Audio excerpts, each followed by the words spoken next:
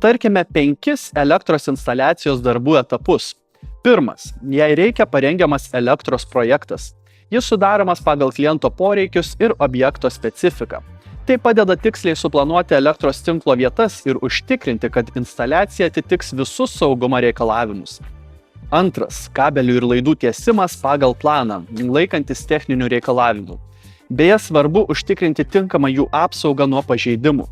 Trečias. Montuojami elektros taškai, jungikliai, šviestuvai ir kiti. Jie išdėstomi pagal patalpų funkcionalumą. Ketvirtame etape įrengiamas elektros skydas ir paskirstymo dėžutės. Šie elementai leidžia patogiai valdyti ir apsaugoti elektros tinklą. Ir paskutinis etapas – sistemos testavimas ir paleidimas, kuomet patikrinamas visų įrenginių veikimas, įtampa, apsaugos prietaisai.